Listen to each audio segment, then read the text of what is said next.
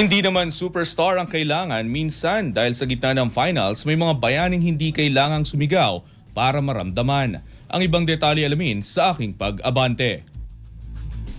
Hindi headline name, hindi franchise star pero sa final si Rodney Brondial ang naging sagot sa maraming problema. Aminado siyang hindi siya 100% pero sa ganitong klasing serye, hindi na raw iniisip ang kirot, mas mahalaga ang bawat rebound, bawat tapik sa bola, bawat depensang hindi makikita sa box score. Wala na, ano na yan, di ko sabi ko nga hindi ko na iniisip yung though sir yung yung pinulikat kasi ako nung nakaraan, sobrang sore, pero sabi ko, di mo naisipin yun pag ganitong mga importanteng laro. Bahala na. Malaking bagay din ang atensyong ibinibigay ng depensa kay Junmar na nagbukas ng espasyo para sa kanya at sa tuwing may pagkakataon, sinigurado niyang maibabalik ang tiwala ng coaches. Siguro sobrang blessed lang din talaga. Tapos yun nga, yung sinasabi ko, sobrang special niya ito. Siguro kailangan ko na rin talaga mag-step up. Nagkataon na yung focus kasi ng depensa nila kay Junmar. So kaya medyo nakakalubag-lubag ako at sinipagan ko na lang din. Sobrang special kasi pero ganun sabi ko, kala ko after yung game ko na natapilok ako, hindi na makakabalik eh. Kasi medyo masakit talaga yung pa ako nun.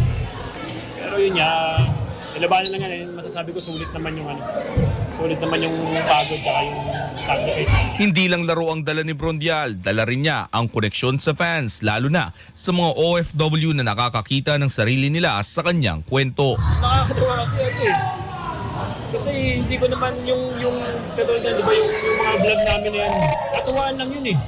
Nakakatawa kasi kinagat ng tao, maraming sumusuporta, nakakatawa kasi napapasaya natin sila. Lalo na yung mga yung isa pa yung mga OFW pag nag-message yung mga OFW na tanggal daw yung lungkot nila. So, malaking bagay para sa amin yung nakakatuwa. Na-appreciate ng mga tao. Mula Interbarangay Courts hanggang PBA champion, hindi man sikat ang simula pero sobrang solid ng napuntahan. Ready lang ako palagi. Kung anong ibigay sa akin na opportunity, ready lang ako palagi. Ready lang ako. Tawagin yung number ko, whether first 5, second 5, or kahit garbage or ready lang ako kasi ito yung trabaho ko eh. Blessing talaga na nandito ako sa sitwasyon na to. Sinong mag-aakala, di ba? Hindi naman iba yung story ko na galing lang ako sa Interbarangay lang ako talaga, tapos biruin mo. Nag-champion na nga ako. Biruan nga namin nila Jericho at ni Don kanina. Sabi pare, di tayo nag-champion sa UAAP kasi pang eBay pala tayo. Diba? Titingnan na lang namin yung bright side ng mga sitwasyon. Ako si Sus Valdez, Abante Sports, nauna.